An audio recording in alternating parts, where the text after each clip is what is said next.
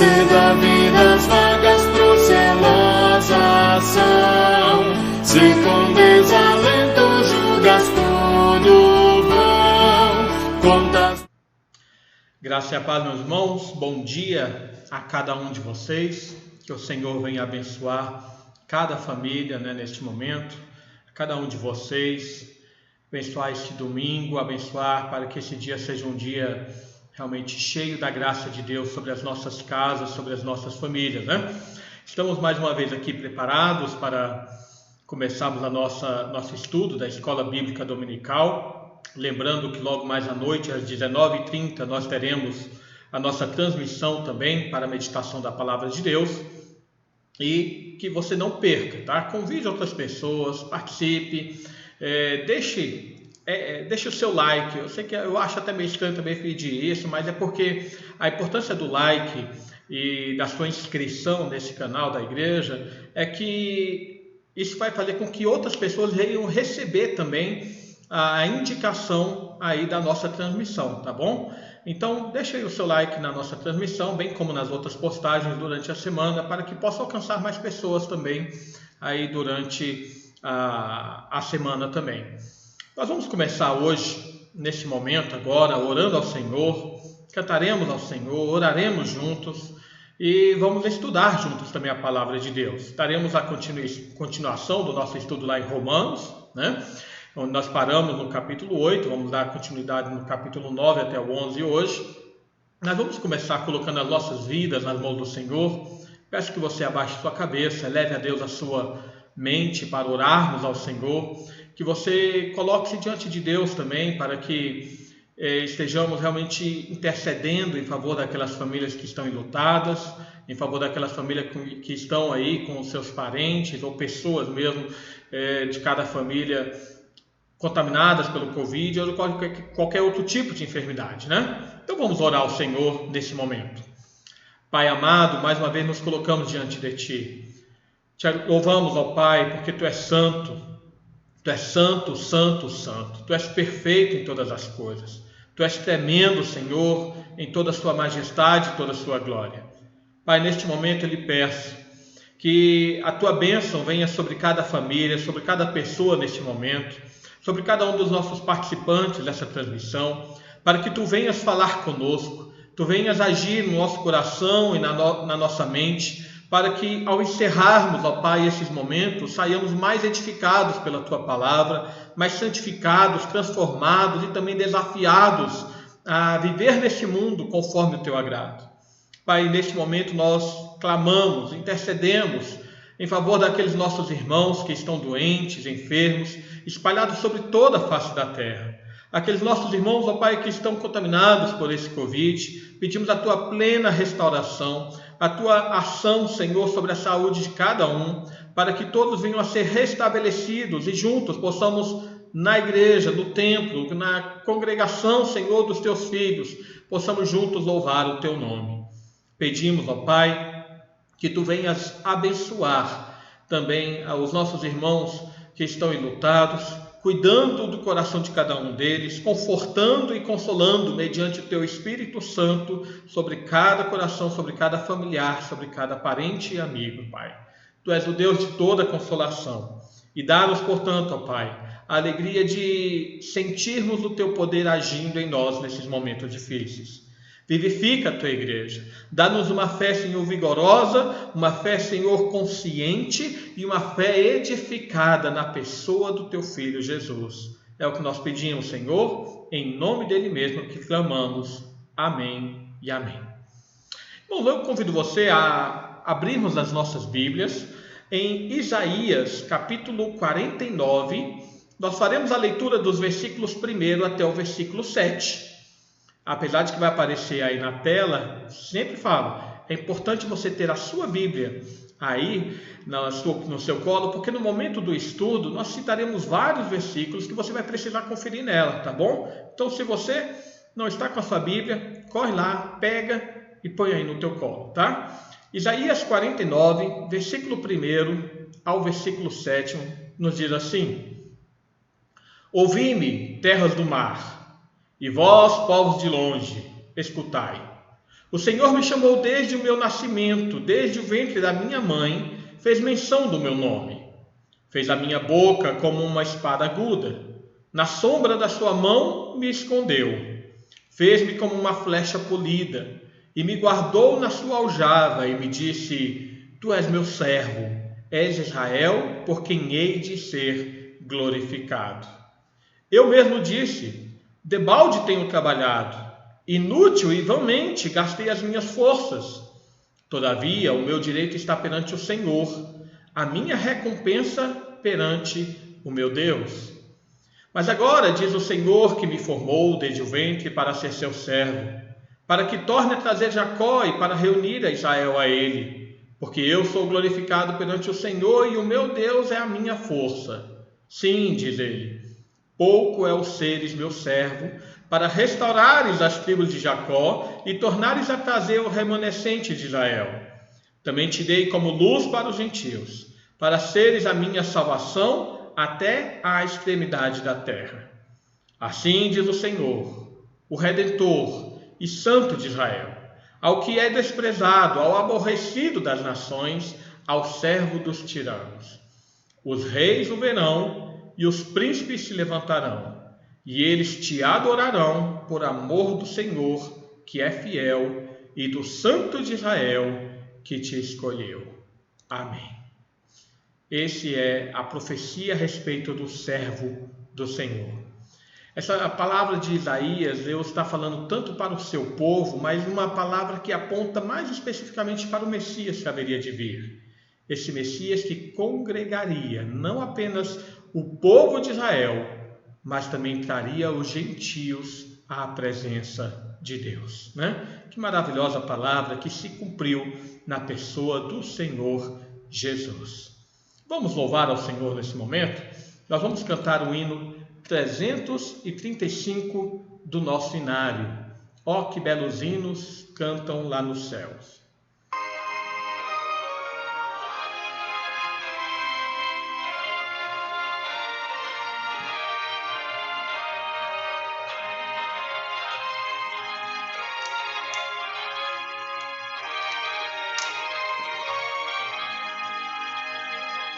Ó, que belos hinos cantam lá no céu, pois do mundo o Filho mal voltou.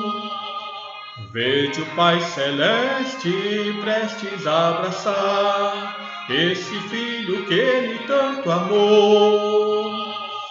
Glória, glória aos anjos cantam lá, glória, glória as harpas tocam já.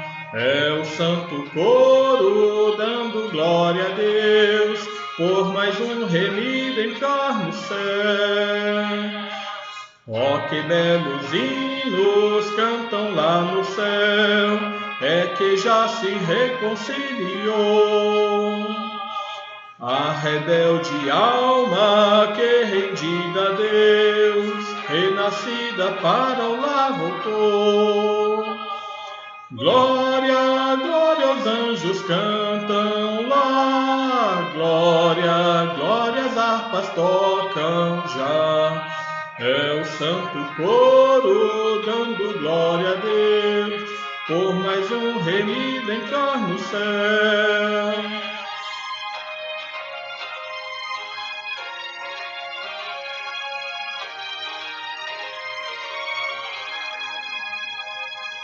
Este arrependido vamos festejar, como os anjos fazem com fervor, e anunciemos com real prazer que se resgatou um pecador. Glória, glória aos anjos cantam lá, glória, glória as harpas tocam já. É o santo coro dando glória a Deus, por mais um remido entrar no céu. Amém. Glória a Deus, né? Porque Deus tem chamado remidos a entrar no céu. Eu gostaria que você agora abrisse a sua Bíblia em Romanos capítulo 9. Nós vamos fazer apenas a leitura do versículo 1 até o versículo 13, porém, nós vamos fazer o estudo dos 3 capítulos, capítulo 9, capítulo 10 e capítulo 11, tá bom?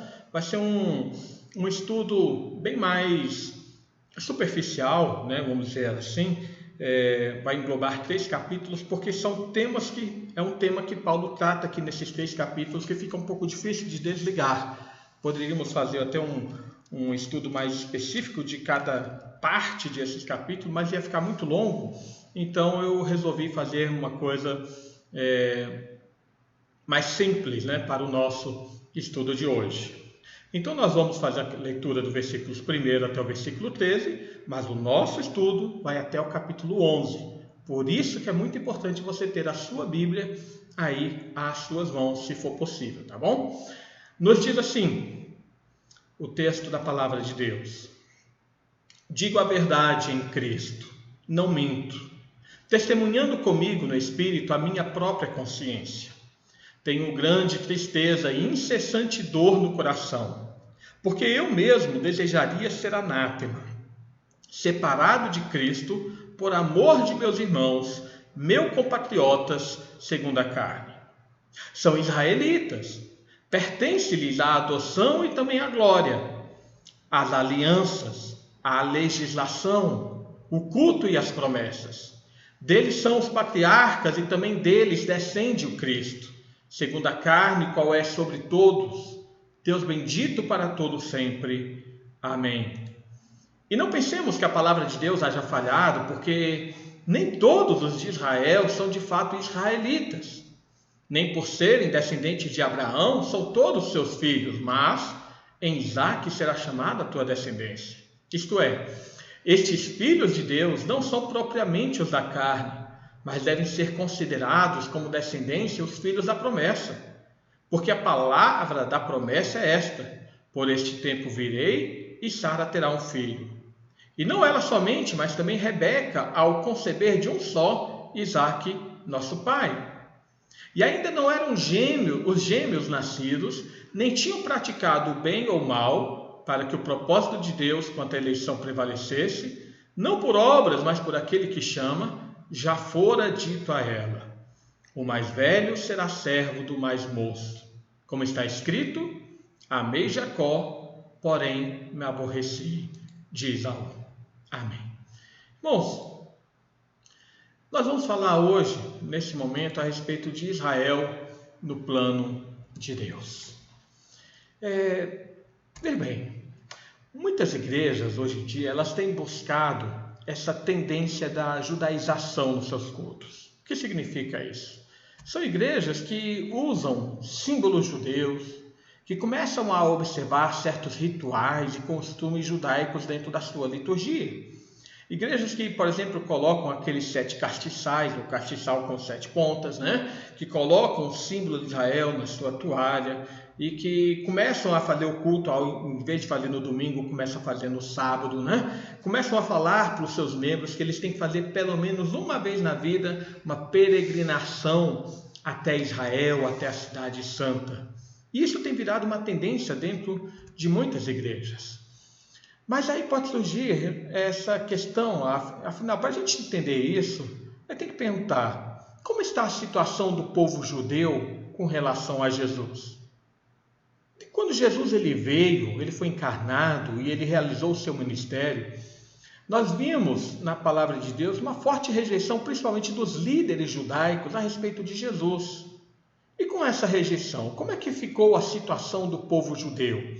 Porque o Evangelho, principalmente Atos, nós vimos ali, principalmente através das viagens missionárias de Paulo, o Evangelho se espalhou por todo o Império Romano e muito daquelas pessoas, a maioria da igreja acabou se tornando de pessoas que não eram judeus, dos chamados gentios.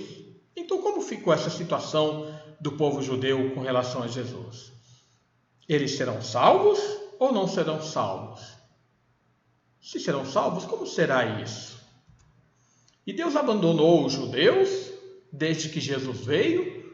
Ou será que Deus tem um plano especial para o povo judeu?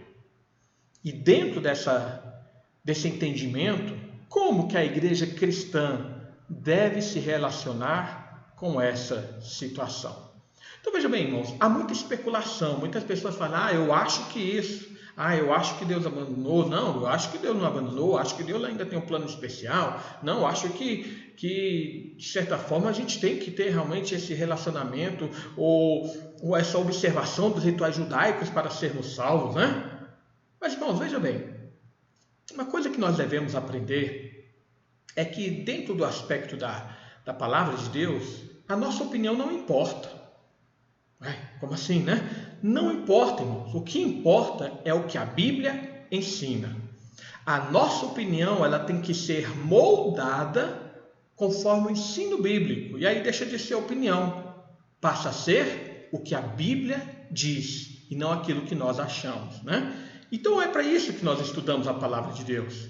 Para formarmos um posicionamento, e não uma opinião, mas um posicionamento bíblico a respeito de determinados temas, e hoje a respeito desse determinado tema aqui também.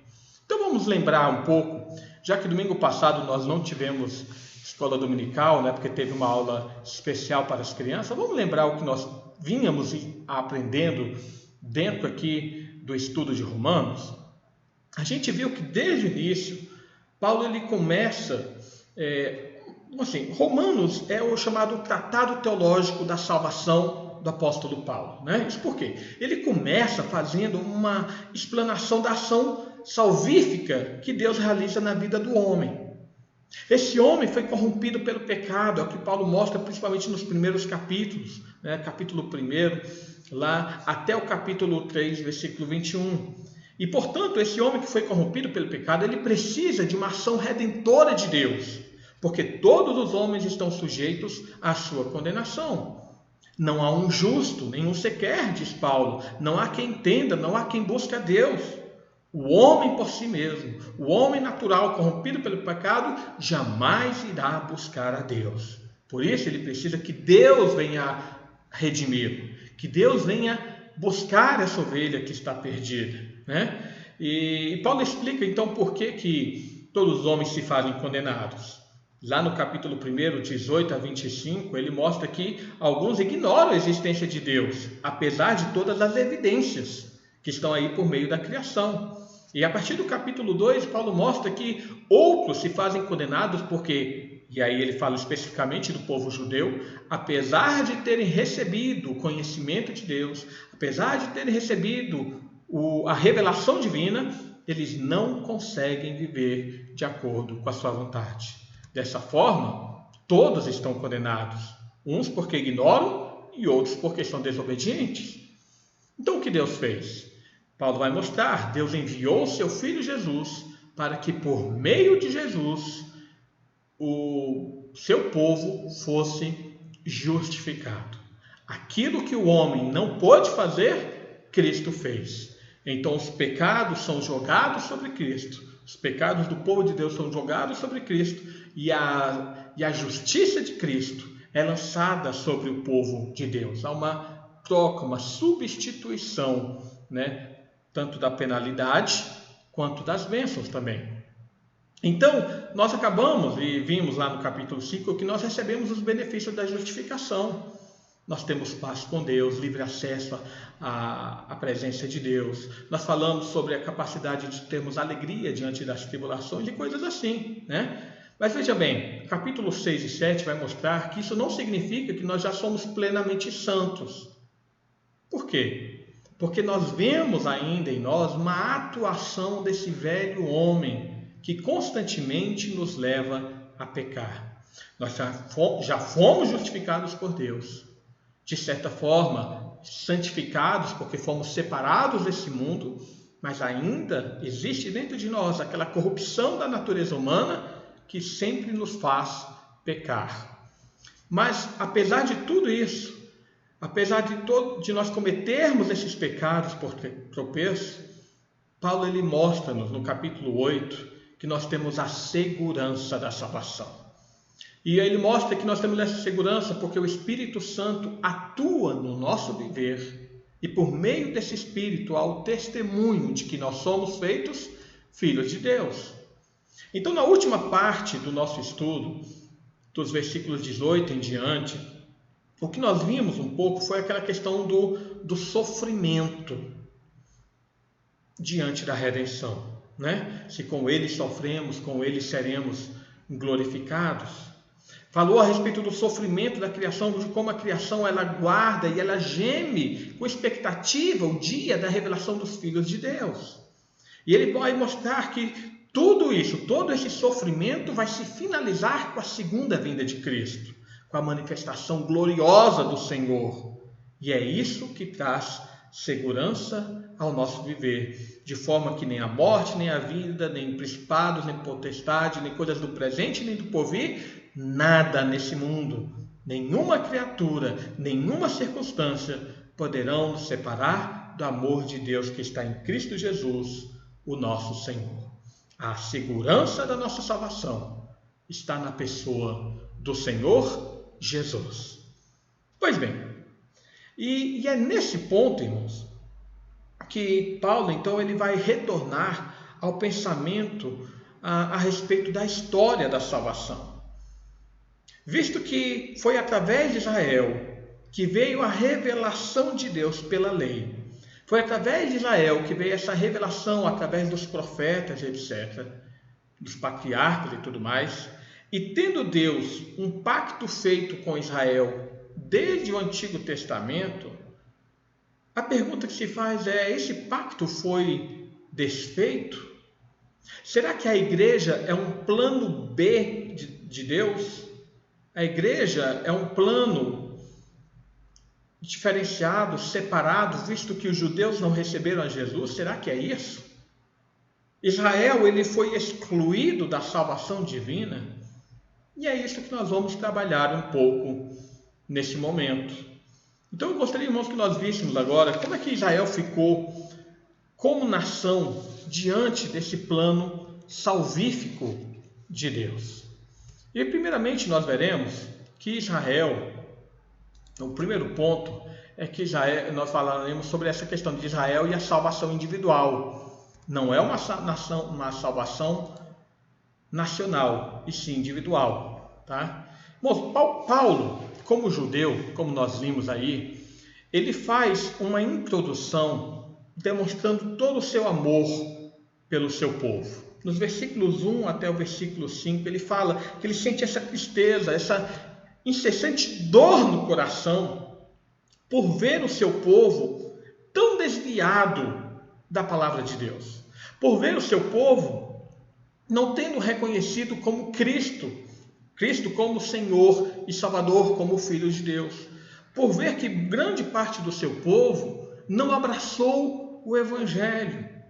Ele queria que todos os seus compatriotas, todos os seus irmãos judeus fossem salvos. Afinal, como ele fala aí no versículo 4 e 5, foi por meio do seu povo que veio toda a revelação de Deus. Inclusive, é por meio do seu povo, o povo judeu, que veio o próprio Cristo. Olha o versículo 4 e 5. São israelitas, pertence-lhes a adoção, também a glórias, alianças, legislação, culto às promessas. Deles são os patriarcas e também dele descende o Cristo, segundo a carne, o qual é sobre todos. Deus bendito para todos sempre. Amém. Ou seja, Paulo ele reconhece, os judeus, eles não apenas tiveram sua importância na história.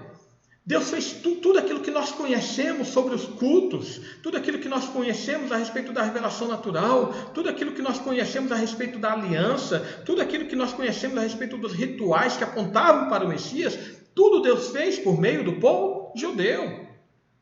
Mas o fato é que agora os gentios, eles também fazem parte do povo de Deus. E aí Paulo vai mostrar que isso não significa que Deus falhou em seu propósito com a nação de Israel. Olha o versículo 6. E não pensemos que a palavra de Deus haja falhado. Ou seja, Deus não falhou com o seu plano. Deus não falhou com o seu povo. Deus não tinha um plano A, e tendo em vista que esse plano falhou, ele falou: não, então vou agora tentar com outro povo, porque esse povo não dá certo. Não foi assim. Não houve falha. Nós temos um Deus que não falha. E aí Paulo fala por quê? Porque nem todos os de Israel são de fato israelitas. Irmãos, o principal argumento que Paulo procura demonstrar nesse capítulo é que a salvação, olha bem, a salvação sempre foi individual. Nunca existiu uma salvação coletiva. Deus, ele tinha um pacto com a nação de Israel, esse pacto feito através da descendência de Abraão, mas os verdadeiros descendentes de Israel são os descendentes da fé, e não da genética, não da biologia, não da carne. Nesse sentido, veja que carne aqui está simbolizando, ou melhor, tem a definição de uma descendência genética.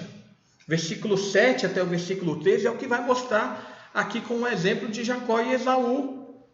Então, veja bem, Paulo vai dar justamente esse exemplo de Jacó e Esaú, dos versículos 7 a 13, principalmente do 9 a 13, que mesmo antes de serem nascidos, já havia sido profetizado que Jacó, que era o mais novo, né, embora fossem gêmeos, ele nasceu depois, ele é o mais novo, mas já havia sido decretado por Deus, profetizado por Deus, que ele, Jacó, seria o eleito, enquanto Esaú, que era o irmão mais velho, havia sido rejeitado por Deus, e ele se submeteria a Jacó.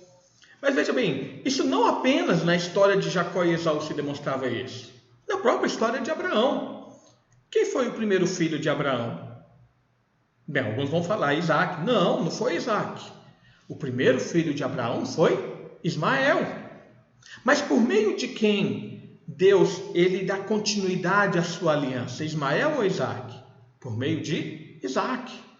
Está a questão da eleição aí.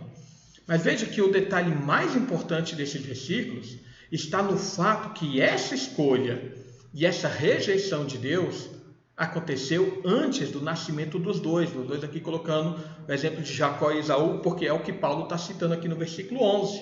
Olha o versículo 11. E ainda não eram os gêmeos nascidos, nem tinham praticado bem ou mal, para que o propósito de Deus quanto à eleição prevalecesse, não por obras, mas por aquele que chama. E já fora dito a ela, o filho mais velho será servo do mais moço, no versículo 12. Ou seja, irmãos, veja que a escolha e a rejeição ocorrem não por causa das obras praticadas de cada um. Deus escolhe Jacó e rejeita Esaú, não porque Jacó fosse um homem legal e Esaú fosse um cara ruim, mas elas ocorrem pela soberania. Olha o que Paulo fala, para que o propósito de Deus quanto à eleição prevalecesse, não por obras, mas por aquele que chama. Ou seja, Paulo está falando, para que o propósito de Deus prevalecesse porque ele quer, e não porque ele olhou alguma coisa em alguém. Não por causa do mérito de alguém. Tudo isso, irmãos, ocorre pela soberania de Deus e não pelo mérito da pessoa. Vamos ver o caso mais específico? Quando nós lemos a narrativa lá de Jacó e Esaú, nós vemos que Jacó era um mentiroso. Ele era o usurpador e ele era o enganador. Enquanto Esaú, ele biblicamente não demonstra nenhuma qualidade negativa nos relatos bíblicos aqui, né? A não ser o caso ali de ele ter repudiado o direito da sua primogenitura, que Jacó acabou enganando ele ou se aproveitando daquela situação da fome dele, né? Mas veja, biblicamente, o texto bíblico, a narrativa bíblica não mostra nenhuma qualidade ruim de Esaú. Mas apesar de tudo isso, é Jacó que é escolhido de Deus para ser a descendência do Messias, para fazer parte da genealogia do Messias, né? Enquanto que Esaú, ele é rejeitado.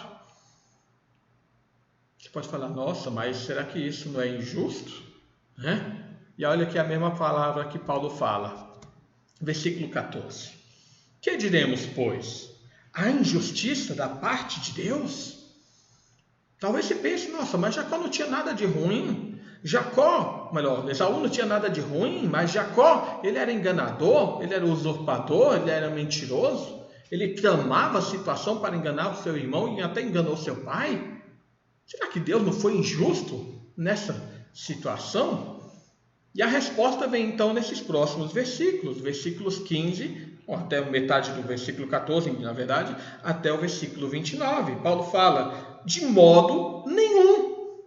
Deus não é injusto, pelo que ele diz a Moisés: terei misericórdia de quem me aprouver ter misericórdia, e compadecer-me-ei de quem me aprouver ter compaixão. Irmãos, a soberania de Deus, que às vezes é tão difícil de ser compreendida, e reconhecida, ela repousa no fato de que Deus ele tem o poder de ter misericórdia de quem ele quiser, e não de quem se acha merecedor. Olha o versículo 16 a 18. Assim, pois, não depende de quem quer ou de quem corre, mas de Deus usar a sua misericórdia. Porque a Escritura diz a Faraó: para isto mesmo te levantei, para mostrar em ti o meu poder, e para que o meu nome seja anunciado por toda a terra. E Paulo conclui aí o versículo 18: logo, tem ele misericórdia de quem quer, e também endurece a quem lhe apraz. O que Paulo está falando, dando exemplo aqui de Faraó, é que Deus levantou a Faraó para mostrar para toda a face da terra quem ele é. O texto nos diz que ele endureceu o coração de Faraó. O termo ali de endurecer o coração significa que Deus deixou de agir com graça e misericórdia sobre o coração de Faraó. Ou seja, que Faraó ele endureceu o seu coração, porque essa é a tendência do ser humano, de ser cada vez mais levado ao pecado. E Deus não agiu amolecendo. Deus deixou com que ele fosse levado pelo seu próprio pensamento, igual o Paulo já tinha falado aqui em Romanos capítulo 1. E por que Deus fez isso? Para mostrar, através dele, o seu poder e para que o seu nome fosse anunciado por toda a terra. Então veja, irmãos, o que Paulo está mostrando aqui é que todos os homens, eles são vasos nas mãos de Deus. Nós somos simplesmente vasos nas mãos do Senhor. Alguns Deus criou para honra, e assim preparou a glória para esses. Olha o versículo 23 e versículo 24. 23 e 24. A fim de que também desse a conhecer as riquezas da sua glória em vasos de misericórdia, que para a glória preparou de antemão, o qual somos nós, a quem também chamou não só dentre os judeus, mas também dentre os gentios. Mas antes disso, olha o versículo 21. Ou não tem o oleiro direito sobre a massa para fazer do mesmo barro um vaso para a honra e o outro para a desonra? Então Paulo vai mostrar a soberania de Deus. Deus é soberano, de forma que ele escolhe a quem ele quer e rejeita quem ele quer. Nós somos vasos de Deus, e a esses vasos Deus criou alguns para a sua glória, e os outros ele criou para que a sua glória fosse demonstrada na rejeição desses outros também. Então veja que outros vasos, que ele chama aqui de vasos de desonra, versículo 22. Que diremos, pois? Se Deus, querendo mostrar a sua ira e dar a conhecer o seu poder, suportou com muita longanimidade os vasos de ira preparados para a perdição. Ou seja, os vasos de honra também são criados por Deus, e ele tem suportado as iniquidades desses vasos até o dia do derramamento da sua ira. Como diz aqui, suportou com muita longanimidade os vasos da ira preparados para a perdição. Então, irmãos, Paulo ele utiliza esse exemplo como demonstrando que Israel e os gentios também servem deste modo. Há entre os gentios os escolhidos de Deus. Olha o versículo 25 e 26. Assim como também diz em Oséias. E aí ele vai citar a profecia de Oséias. Chamarei povo meu ao que não era meu povo, e amada que não era minha amada. E no lugar em que se lhes disse, vós não sois meu povo, ali mesmo serão chamados filhos do Deus vivo. Então Paulo fala, olha, desde o Antigo Testamento Deus já estava anunciando que chamaria um povo que não era seu povo, um povo que não fazia parte do povo de Israel. Então ele fala, há entre os gentios escolhidos de Deus, e da mesma forma entre os israelitas aqueles que são os remanescentes de Deus. Versículo 27 a 29. Mas relativamente a Israel, Deus dele clama Isaías: ainda que o número dos filhos de Israel seja como a areia do mar, quem vai ser salvo? O remanescente. O remanescente é que será salvo, porque o Senhor cumprirá a sua palavra sobre a terra cabalmente e em breve. Como Isaías já disse, se o Senhor dos exércitos não nos tivesse deixado descendência, ter-nos-íamos tornado como Sodoma e semelhantes a Gomorra. Então Paulo vai mostrar, irmãos, que essa questão da eleição, Deus já vinha demonstrando em todo o Antigo Testamento. Através dos profetas, Deus está falando, olha, não é o fato de nascer judeu que significa que vai ser salvo, que significa que vai entrar no meu reino. Mais do que ser judeu, é necessário viver pela fé. Se você for ver isso, irmãos, você vai observar que essa questão da eleição, na verdade, vem desde Gênesis. Olha o caso lá de Gênesis capítulo 3, nós vemos o caso de Adão e Eva, né? Adão e Eva pecaram do meio. O que acontece no capítulo 4? Nascem 2 filhos de Adão e Eva, um chamado Caim e outro chamado Abel. E o que acontece? Os 2 vão lá apresentar uma oferta ao Senhor. Deus aceita a oferta de Abel e não recebe a oferta de Caim. Caim mata Abel. O que é que Deus faz? Ele providencia uma outra linhagem através do qual vai vir o plano da salvação, que é a descendência de Sete. E aí é importante você observar, porque a partir daí a descendência de Caim é separada da descendência dos chamados filhos de Deus. A descendência do povo de Deus vem através de Sete. Isso tudo por quê? Por causa da soberania de Deus. O que Paulo está querendo demonstrar aqui, irmãos, é que aqueles judeus que estavam dentro ali da nação de Israel, eles só seriam considerados como salvos aqueles que participassem da aliança da fé. Se você observar Isaías capítulo 10, versículos 20 a 22, eu gostaria que você abrisse a sua Bíblia, se for possível nesse momento. Em Isaías capítulo 10, eu estou abrindo a minha aqui, Isaías 10, 20 a 22, nos diz assim esse texto. Deixa eu ver a página. Acontecerá naquele dia que os restantes de Israel e os da casa de Jacó, que se tiverem salvado, nunca mais estribarão naqueles que o feriu, mas com efeito se estribarão no Senhor, o Santo de Israel.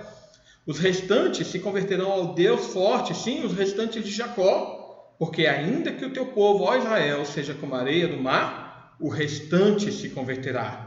Destruição será determinada, transbordante de justiça. Deus mostra, olha, não é o fato de ter sangue judeu, não é o fato de ser filho de Abraão, mas é o fato de ser parte do remanescente. Quando nós estudamos aqui na igreja, no templo, fizemos aquelas meditações nos domingos a respeito do livro do profeta Ezequiel, nós vimos isso de uma forma clara também, quando Deus manda que se marcasse um determinado povo que seria salvo dentro do povo de Israel, né? Então, é necessário confirmar a participação da aliança pela fé.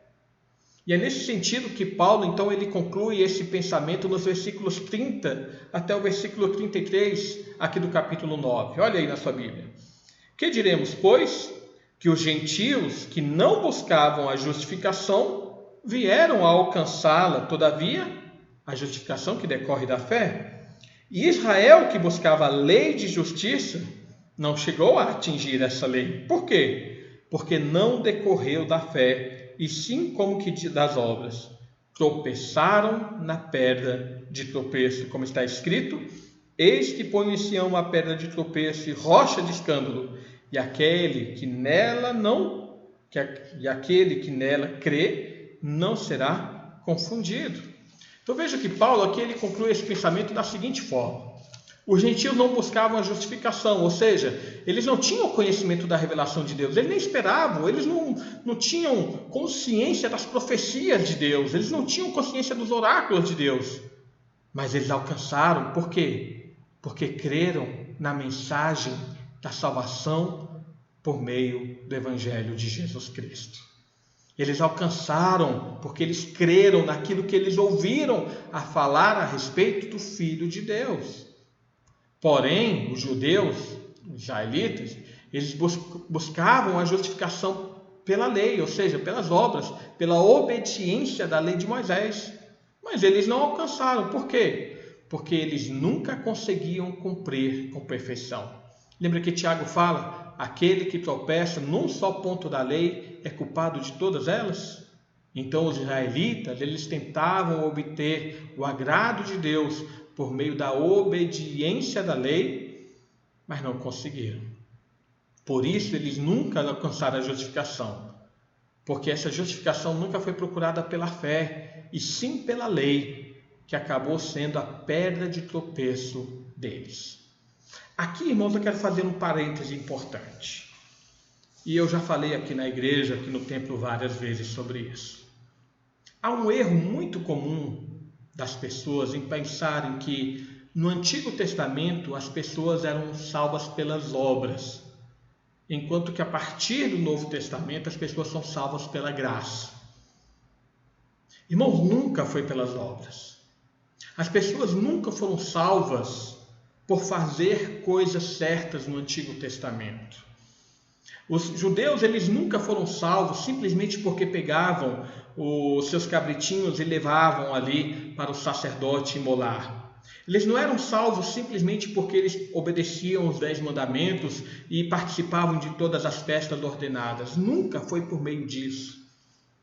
O que nós temos que entender é que desde o início a salvação sempre foi por meio da fé. Aquele adorador do Antigo Testamento que pegava o seu cabritinho e levava lá para o sumo sacerdote para que o seu cabrito ele fosse imolado no dia da expiação e o sangue fosse aspergido ali na arca, na tampa da arca, e também fosse aspergido sobre as pessoas ali, ele tinha que fazer isso pela fé. Ele tinha que crer, ele tinha que entender, olha, tem alguém morrendo aqui no meu lugar. Era eu para estar sendo imolado, mas Deus providenciou um substituto. Quando as pessoas simplesmente faziam as festas, Deus falou lá em Isaías, esse povo me honra com os lábios, mas o seu coração está longe de mim. Ou seja, não adiantava simplesmente estar presente nas festas, eles tinham que entender o significado das festas e não apenas entender, mas crer naquilo que Deus estava revelando. Por isso que no capítulo 4 aqui de Romanos, Paulo ele fez aquela parte, ou ele trabalhou essa ideia de que a justificação de Abraão não foi pela obra, não foi pela circuncisão, mas foi pela fé, por ele ter crido na palavra de Deus. Então, fechando esse parêntese, é muito importante nós entendermos isso. Nunca houve uma salvação pelas obras, sempre foi por meio da fé. E foi nisso que os judeus muitas vezes erraram, porque aquilo que eles faziam não faziam pela fé, mas faziam simplesmente por um costume, por uma ordenança. Então, esse primeiro ponto do nosso estudo vai nos mostrar que a salvação, Israel, nunca foi uma salvação nacional, e sim uma salvação individual. E isso aponta também para a realidade da igreja. A igreja, ela não é salva como um agrupamento de pessoas, ela é uma salvação ainda assim individual, que forma um corpo.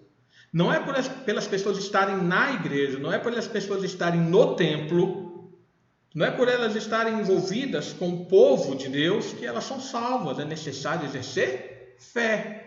Tal como no Antigo Testamento, não basta estar ali dentro, é necessário um exercício, uma demonstração, uma confirmação da sua fé em Jesus. E Jesus demonstrou isso de várias formas. Nas parábolas das virgens lestes e das virgens prudentes, na parábola daquela rede que é lançada ao mar, que pega um monte de peixe e que então é trazido esses peixes para a praia e os anjos do céu vão fazer a separação dos peixes bons e peixes ruins. Na parábola do joio e do trigo, que todos eles crescem juntos, mas que no dia ali da seara, vai ser separado o joio do trigo, e o joio a palha, o joio, ele vai ser queimado. E ele demonstrou isso da mesma forma. A salvação é individual, e nessa individualidade forma-se o povo, mas não é uma salvação nacional com base na genética, nem com base aí na raça. A salvação sempre foi pela fé. Mas aí vem o segundo ponto, que Paulo vai tratar aqui no capítulo 10. Ele vai falar de Israel e o seu erro. Irmão, no capítulo 10, Paulo ele vai demonstrar como Israel falhou nesse conceito da salvação. Os israelitas, eles são zelosos por Deus. Ele vai falar, mas sem entendimento. Certa vez, o próprio Paulo ele chegou a se referir a si mesmo nesse aspecto. Lembra, lá em Filipenses capítulo 3, versículo 4 a 11, ele fala, olha, eu era isso, eu era zeloso, eu era fariseu dos fariseus, fui disciplinado ali, doutrinado aos pés de Gamaliel, mas tudo que eu fazia, eu não entendia. E é isso que ele está falando, aqui no capítulo 10, no início do capítulo 10. Olha o versículo 2 e 3. Porque lhes dou testemunho de que eles têm zelo por Deus, porém não com entendimento, porquanto desconhecendo a justiça de Deus e procurando estabelecer a sua própria, não se sujeitaram à justiça que vem de Deus. O que Paulo está mostrando é que os israelitas, eles deixam de conhecer a justiça que vem de Deus porque eles querem ser merecedores dessa justiça. Através de todos aqueles rituais e festas, Deus estava mostrando que é Ele, Deus, que providencia a salvação, e não o próprio homem. Que aquele animal que estava morrendo, era o homem que devia estar ali, naquele lugar, mas Deus havia providenciado um substituto. E o problema é que os israelitas, eles não entenderam, não é que não entenderam, mas eles deixaram de lado esse entendimento para serem merecedores ou para tentarem alcançar o merecimento da própria justiça de Deus.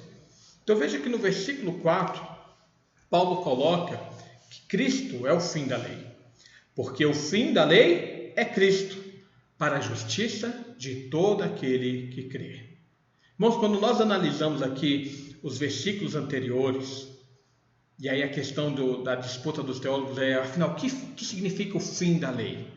Porque aqui existem duas posições. O fim pode significar o encerramento da lei, ou ela pode significar que o objetivo da lei é Cristo, que a lei aponta para Cristo, né? E quando a gente analisa aqui os versículos anteriores, a gente observa que Paulo está falando contra aqueles judeus que usaram, né, a lei para tentar estabelecer o mérito próprio da justificação.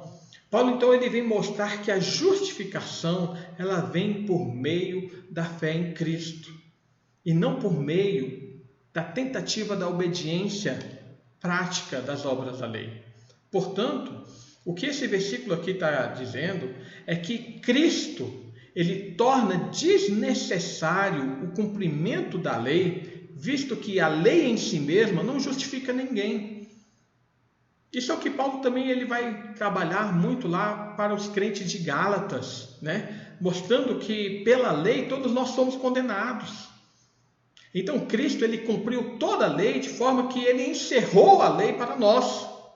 E nesse sentido, a lei aponta para Cristo, porque a lei mostra que nós não conseguindo obedecê-la e, portanto, não conseguindo obedecê-la, nós somos condenados. Ela mostra quem é capaz ou quem foi capaz de a obedecer, que é Cristo. Então, Cristo é o fim da lei. Nós não precisamos mais ficar preocupados em praticarmos a circuncisão. Não precisamos mais ficar preocupados em não comer isso, não beber aquilo. Não precisamos mais ficar preocupados em olhar todos os mandamentos para obedecer com o fim de tentarmos alcançar a salvação. Porque Cristo cumpriu toda a lei. Então veja que nos versículos 6 até o versículo 8 aqui do capítulo 10, Paulo ele vai reinterpretar o que Moisés havia dito ao povo lá em Deuteronômio capítulo 30, de 12 a 14. Olha, versículo 6 até o versículo 8. Mas a justiça decorrente da fé assim diz: não perguntes em teu coração quem subirá ao céu, isto é, para trazer do alto a Cristo, ou quem descerá ao abismo, isto é, para levantar Cristo dentre os mortos. Porém, que se diz? A palavra está perto de ti, na tua boca e no teu coração, isto é, a palavra da fé que pregamos. Ou seja, irmãos, Paulo faz essa reinterpretação, né, que estes mandamentos, e aqui Paulo ele interpreta esses mandamentos como o próprio Cristo, Cristo não está longe do povo para ser reconhecido, mas ele está bem próximo de ser seguido e de ser vivido. Assim, a fé, que é essa compreensão intelectual, e o testemunho, que é a exposição pública, o reconhecimento público, a respeito de Jesus Cristo, demonstram a salvação realizada. Olha o versículo 9 e 10. Se com a tua boca, palavra, exposição pública, confessares Jesus como Senhor, e em teu coração creres, fé, que Deus o ressuscitou dentre os mortos, será salvo. Fé e confissão, fé e testemunho, compreender e também declarar a respeito de Jesus, demonstra que a salvação se realizou e que ela não está encerrada apenas a gentios ou judeus, mas que essa salvação é para todo o tipo de pessoas. Versículo 11 a 13. Porquanto a Escritura diz: todo aquele que nele crê não será confundido, pois não há distinção entre judeu e grego, uma vez que o mesmo é o Senhor de todos, rico para com todos os que o invocam, porque todo aquele que invocar o nome do Senhor será salvo. E aqui vem aquele momento maravilhoso, quando lá em João, não lembro se capítulo 16, se não me engano, alguns gregos eles buscam a ver a Jesus, e Jesus, ouvindo essa notícia de um dos seus discípulos, tem alguns gregos procurando conhecer a ti, o que é que Jesus fala? Ele fala: chegou o momento de ser glorificado o Filho de Deus.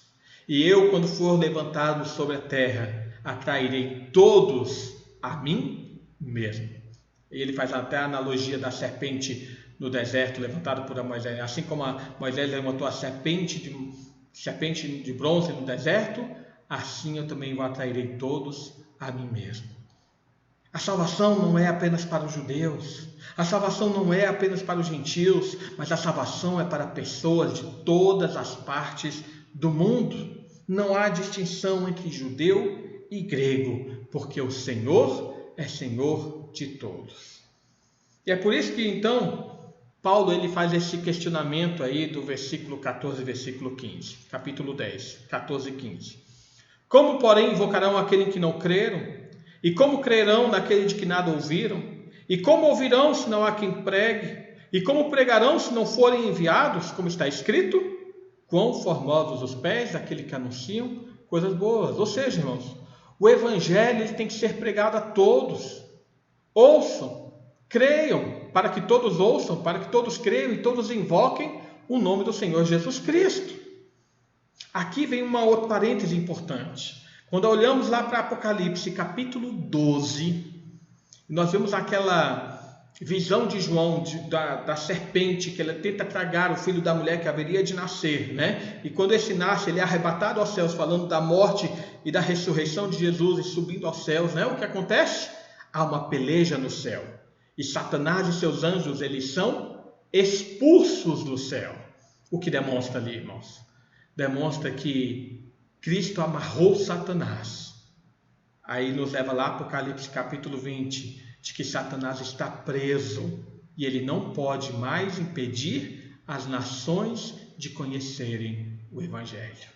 Com a prisão de Satanás, que veio por meio da primeira vinda de Jesus, agora a revelação de Deus não fica restrita a um povo, mas todos os povos eles podem ouvir o Evangelho. E todas as pessoas de todas as nações que até então estavam escravizadas por Satanás, elas agora estão libertas para ouvirem o Evangelho e serem salvas. Por isso o Evangelho tem que ser pregado a todos, Porque agora não há mais impedimento. Satanás está preso, ele não pode impedir que a igreja avance. As portas do inferno não prevalecerão contra a igreja. Ele não pode impedir que as pessoas creiam. Ele não pode impedir que as pessoas invoquem ao Senhor Jesus Cristo. Até aquele momento, somente os judeus eram receptáculos da palavra de Deus. Você já pensou sobre isso? Por que nenhum outro povo recebeu a revelação de Deus, apenas os judeus? É porque todos os demais povos estavam escravizados. Paulo livro de Atos vai nos mostrar isso também em um determinado texto ali. Mas a partir da vinda de Jesus, essa salvação que era restrita, ela então se abre. E aí você pode lembrar de quantas vezes Jesus contou das parábolas do que o reino de Deus é semelhante a um fermento, que jogado sobre a massa, logo ele leveda, ele se espalha. Ou que o reino de Deus é semelhante a uma pequena semente, que lançada no solo, logo se torna uma árvore e se estende os seus ramos para todos os lados. É isso que Paulo está falando aqui. Com a vinda de Cristo, o Evangelho agora tem que ser pregado para todas as pessoas. Tem que ser pregado para todos os povos, para que eles creiam e invoquem o nome do Senhor. Então veja, mesmo tendo os judeus ouvido as palavras deste Evangelho, e aí o versículo 16 ao versículo 21 do capítulo 10 vai mostrar, eles demonstram que nem todos quiseram ouvir. E então Deus salva também os gentios para colocar esses judeus em ciúmes. Olha o versículo 16. Mas nem todos obedeceram ao Evangelho, pois Isaías diz: Senhor, quem acreditou na nossa pregação? E assim, a fé vem pela pregação, e a pregação pela palavra de Cristo. Mas pergunto, porventura não ouviram? Sim, por certo. Por toda a terra você fez ouvir a tua voz e tudo mais. E versículo 19. Pergunto mais, porventura não terá chegado isso ao conhecimento de Israel? Moisés já dizia: eu vos porei em ciúmes com um povo que não é nação, com gente insensata, eu vos provocarei a ira. Deus já tinha profetizado sobre esses ciúmes. Versículo 20. E Isaías a mais se atreve e diz: fui achado pelos que não me procuravam, revelei-me aos que não perguntavam por mim. Quanto a Israel, porém, diz: todo dia estendi as mãos a um povo rebelde e contradizente. Então qual foi o erro de Israel? O erro de Israel é que, tendo a chance de reconhecer o Messias, o Filho de Deus, eles ignoraram a vinda. E não apenas ignoraram, mas também mataram o Senhor, mataram o Filho de Deus, mataram aquele que era o seu Redentor. E aí vem o ponto importante também no capítulo 11. Afinal, dentro dessa situação, como Israel ficou no plano de Deus? Então veja que no capítulo 11, no versículo 1, novamente Paulo ele enfatiza a pergunta. Pergunto, pois, terá Deus, porventura, rejeitado o seu povo? Deus, portanto, tendo em vista a rejeição dos israelitas, a rejeição dos judeus com relação a Jesus, Deus rejeitou a nação de Israel? Versículo 1, capítulo 11. De modo nenhum, porque eu também sou israelita, da descendência de Abraão, da tribo de Benjamim. Veja que Paulo ele responde novamente que Deus não rejeitou o seu povo, porque mesmo dentre os incrédulos israelitas, Deus separou um remanescente que faz parte da eleição da graça. Olha o versículo 5. Assim, pois, também, agora, no tempo de hoje, sobrevive um remanescente segundo a eleição da graça. Nem todos os israelitas receberam a Jesus como Messias, mas Deus separou dentre o povo de Israel aqueles que eram eleitos pela graça. Isso sabe o que me faz lembrar? Da história lá de Elias, daquele momento em que Acabe e Jezabel, eles corromperam o povo de Israel na adoração a Baal, e Elias ele se vê entristecido e acaba fugindo, né? E naquele encontro, na fuga de Elias lá para o monte, né? Ele encontra-se com Deus e fala: Senhor, eu fiquei só. Senhor, eu fiquei só. E Deus fala: não, ele vai voltar para trabalhar, porque eu reservei em Israel 7.000 joelhos que não dobraram seus joelhos, que não se curvaram a Baal né, nem suas bocas o beijaram. Deus sempre separou um remanescente dentro de uma geração corrompida pelo pecado. E aqui é o que Paulo está falando. Mesmo nesse povo que rejeitou o Messias, Deus ainda separou um remanescente dentro desse povo. Portanto, se foram salvos pela graça e não pelas obras, aquilo que Israel buscava não conseguiu. Olha o versículo 7. Que diremos, pois? O que Israel busca, isso não conseguiu. Ou seja, a justificação pelas obras, a justificação por meio da tentativa da obediência das obras, né? Mas a eleição o alcançou e os mais foram endurecidos. Aqui está falando então, irmãos, que a eleição de Deus alcançou esse povo judeu, chamados remanescentes, mas os demais foram endurecidos. Olha o versículo 7. Isso aqui, irmãos, precisa ser entendido porque Paulo, ele não está falando... esqueci de colocar isso aí para vocês, né? Tá vendo? Paulo, ele não está falando que Deus agiu no coração dos demais para que eles não crescem na sua palavra. Não é isso que Paulo está falando.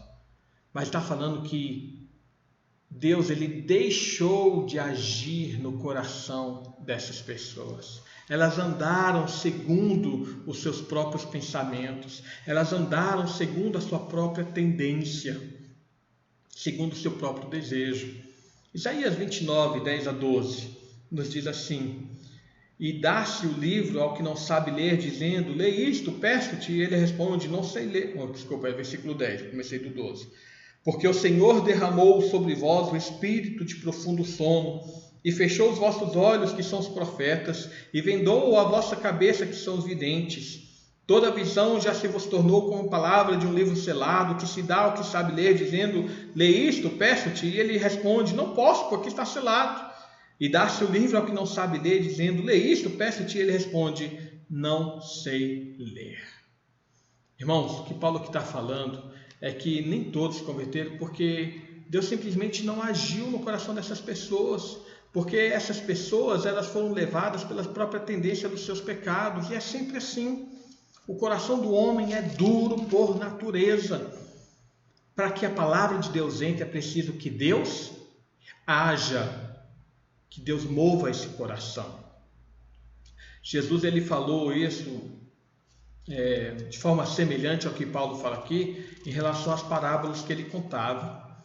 Lá em Mateus 13, no versículo 10 ao versículo 16, quando Jesus conta aquela parábola do solo, né, da semente que é lançada em vários tipos de solo, é mais ou menos isso que Paulo está falando.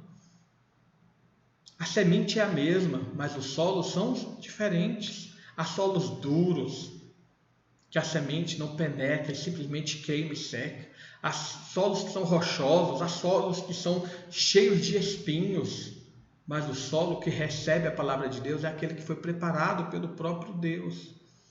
E isso era cumprimento da própria palavra de Deus a Isaías, quando lá em Isaías, no capítulo 6, no versículo 9 e versículo 10, olha que Deus falou para Isaías. Isaías capítulo 6, versículo 9 e versículo 10, ele fala, vai e diz a este povo, ouvi, ouvi e não entendais, vede, vede, mas não percebais. Torna insensível o coração deste povo, endurece-lhe o ouvido e fecha-lhe os olhos, para que não venha ele a ver com os olhos, a ouvir com os ouvidos e a entender com o coração, e se converta e seja salvo. Ou seja, Deus fecha, Deus deixa de agir de forma que esse homem jamais vai receber a sua palavra e jamais ele irá se converter. Então Paulo agora, na continuação do capítulo 11, ele tenta explicar por que era necessária essa reação contrária de Israel no plano de Deus. Por que era necessário que Israel rejeitasse a vinda de Jesus, não reconhecesse Jesus?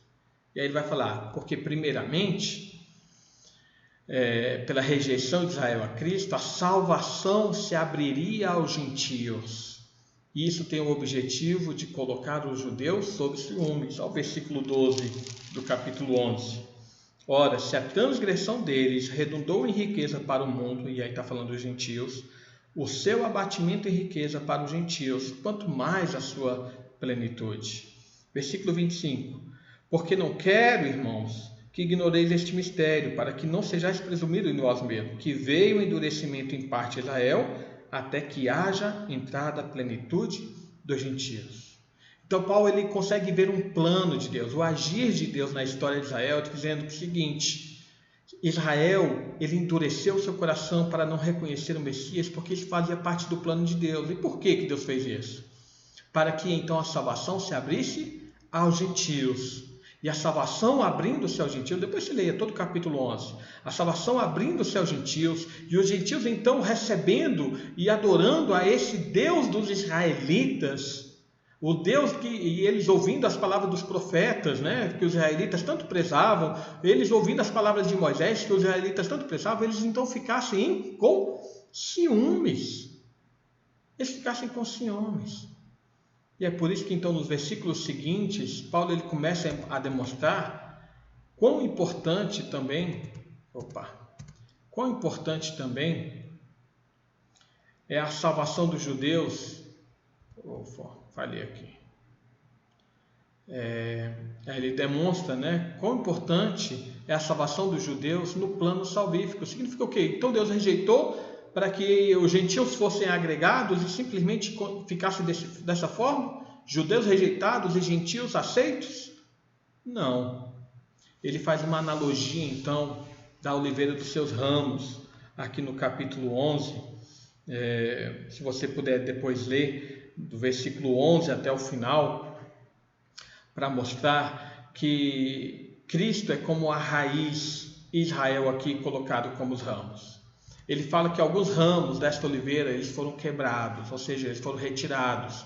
Esses ramos são os desobedientes, está falando desse povo de Israel, né? Daqueles que não creram.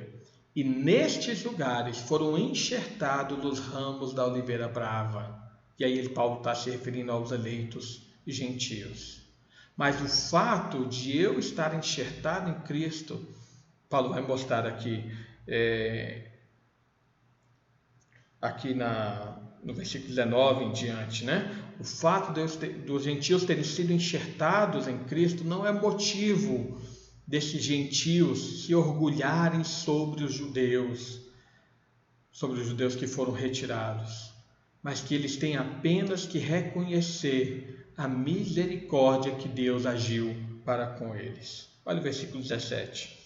Se, porém, algum dos ramos foram quebrados, e tu, sendo oliveira brava, foste enxertado em meio deles e te tornaste participante da raiz e da seiva da oliveira, não te glorie contra os ramos. Porém, se te gloriares, sabes que não és tu que sustenta a raiz, mas a raiz a ti. O que Paulo está mostrando é que um grande erro de algumas igrejas falar: lá os judeus, eles rejeitaram a Cristo e agora nós não demos bem feito para eles. Não, Paulo está falando: se você é gentil que foi enxertado na videira, não foi por teu mérito que você está fazendo parte da videira. Não é pelo teu mérito que você foi salvo por Jesus. É por causa da misericórdia de Deus. Concluindo, irmãos, finalmente aqui Paulo, então, ele conclui esse capítulo 11 com um louvor pela misericórdia divina, pela sabedoria de Deus em todo esse plano de salvação para a vida do homem. Depois de falar sobre todo esse plano de Deus em enviar o seu Filho, Jesus, e nesse Jesus que é descendente, que é da linhagem dos judeus, ser rejeitado pelo seu próprio povo, e nessa rejeição Deus então abre as portas aos gentios, conforme as profecias já vinham falando que aconteceria. E essa abertura da porta do evangelho aos gentios faz com que os próprios judeus fiquem enciumados da ação de Deus em favor desses gentios. Paulo ele vislumbra todo esse plano de maravilhoso de Deus. Ele vê como Deus é perfeito nos seus decretos e nas suas obras. E olha o que ele fala nos versículos 33 a 36. Ó profundidade da riqueza, tanto da sabedoria como do conhecimento de Deus. Quão insondáveis são os seus juízos, quão inescrutáveis os seus caminhos. Quem, pois, conheceu a mente do Senhor? Ou quem foi o seu conselheiro? Ou quem primeiro deu a ele para que lhe venha a ser restituído? Porque dele, por meio dele e para ele são todas as coisas. A Ele, pois, a glória eternamente. Amém. Irmãos, quando nós entendemos a palavra de Deus, quando nós vislumbramos o decreto, a obra de Deus sendo realizado, nós temos que ficar também surpreendidos, maravilhados com o agir de Deus. Isso é louvor, isso é louvar a Deus, né? Vemos, quando nós aprendemos a palavra de Deus, estudamos e vemos como desde o início, desde Gênesis capítulo 1, Deus vai realizando a sua obra, o seu plano, o seu decreto, para que todas as coisas se cumpram, até que esse evangelho chega na minha vida e eu sou surpreendido pela sua graça, eu sou acolhido pelo seu amor, eu sou transformado pelo seu poder. Eu tenho que chegar nesse momento e falar que profundidade da riqueza e da sabedoria do conhecimento de Deus. Esse Deus é maravilhoso, né? Que a graça do Senhor seja sobre cada um de nós, sobre a nossa vida. Amém. Amém. Que Deus tenha abençoado o seu viver mediante esse estudo, né? É o meu desejo para cada um de vocês, para cada um de nós, para a Igreja de Cristo sobre toda a face da terra. Vamos então louvar o nosso Deus com o hino 288 do nosso inário. Sou forasteiro aqui, em terra estranha estou. Essa é a mensagem real, né? Estamos todos a caminho do lar celestial.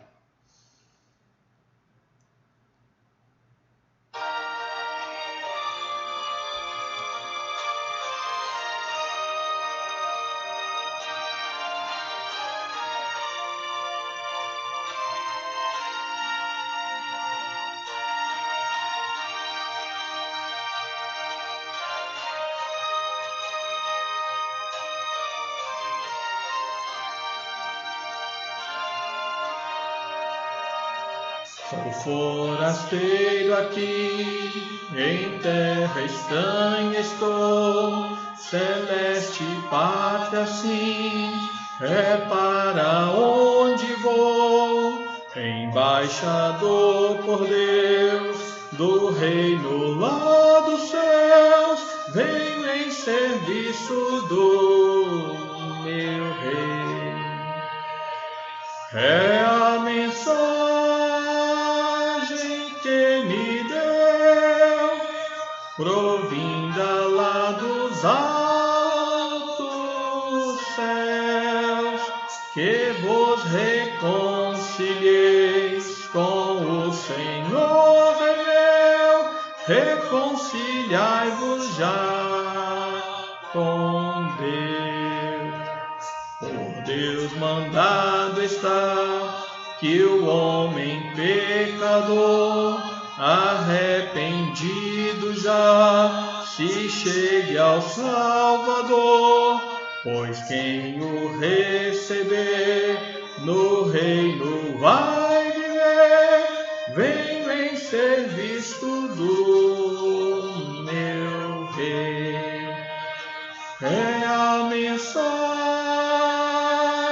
que me deu, provinda lá dos altos céus, que vos reconcilieis com o Senhor meu, reconciliai-vos já com Deus.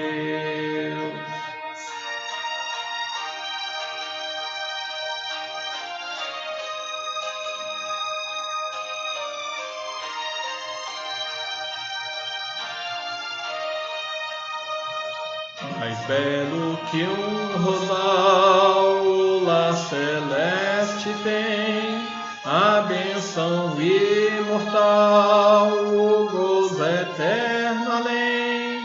No céu tem galardão, quem flui a redenção, vem em serviço do meu rei. É a mensagem que me deu, provinda lá dos altos céus, que vos reconcilieis com o Senhor Rei meu, reconciliai-vos já com Deus. Amém. Reconciliai-vos já com Deus. Faça parte. Se você não é, faça parte desse povo de Deus. Porque a entrada no reino celestial é só para esse povo. O povo que está enxertado na videira. O povo que faz parte do corpo de Cristo, né? Que Deus abençoe. Estamos encerrando, irmãos, nossa transmissão nesse momento. Quero convidá-lo, então, mais uma vez, aqui às 19h30 de hoje, você participe também da nossa transmissão da noite. Nós estaremos meditando na palavra de Deus em 2 Tessalonicenses, no capítulo 1, nos versículos 3 a 10, falando sobre os frutos da perseguição cristã. É uma mensagem maravilhosa da palavra de Deus. Eu gostaria muito que você não perdesse essa palavra, tá bom? 19h30. Lembrando que nos demais dias, segunda, terça, quinta, sexta e sábado, nós temos as nossas meditações diárias para você fazer sua devocional particular, sua devocional pessoal, ou mesmo fazer o seu culto doméstico. Nas quartas, 8 horas da noite. Domingo, escola dominical, 10 horas. E à noite, 19h30, nós meditamos na palavra de Deus, tá bom? Que Deus nos abençoe, vivifique o nosso coração, nos faça passar esse dia em deslumbramento da palavra dele, né? Que nos ensina tantas coisas. Vamos orar e encerrar nesse momento? Pai amado, mais uma vez nos colocamos diante de Ti. Agradecemos demais, Senhor, por Tua obra salvadora em nosso favor, porque Tu nos resgataste do nosso fútil entendimento, nos resgataste, Senhor, dos nossos pecados, nos livraste, Senhor, da condenação a que estávamos submetidos e nos aproximaste, Senhor, da Tua graça. Te louvamos, Senhor, porque nós que não éramos Teu povo, fomos feitos Teu povo. Nós que não tínhamos, Senhor, alcançado misericórdia, agora alcançamos misericórdia, porque a Tua salvação se estendeu além das fronteiras de Israel. Te louvamos, ó Pai, porque o Teu servo, Teu Filho Jesus, Ele, Senhor, não apenas agregou os povos de Israel, mas também cumpriu o propósito que Tu deste a Abraão de ser bênção para todas as nações da terra. Te louvamos, ó Pai, porque essa obra maravilhosa somente Tu podias realizar e de fato a realizaste. Então ajuda-nos, ó Pai, a proclamar mais e mais a Tua palavra. Ajuda-nos a crescer, Senhor, no conhecimento do Teu Evangelho, para continuarmos Te louvando em todas as coisas. Pedimos novamente por aqueles irmãos, Senhor, que estão doentes, enfermos, infectados pelo Covid, pelos nossos irmãos que estão enlutados também, que Tu venhas agir em cada coração com poder e com graça. Em nome do Teu Filho Jesus que nós oramos. Amém. Amém. Que Deus abençoe a cada um nesse dia, seja um dia maravilhoso, um dia agradável. E logo a mais à noite, não deixe de participar. Convide pessoas, envie o link que nós mais tarde mandaremos para vocês. Compartilhe, tá bom? Também as pessoas podem acessar na nossa página no Facebook, no YouTube, também no Instagram nós colocamos também o link ali. Que Deus abençoe a todos nós. Amém.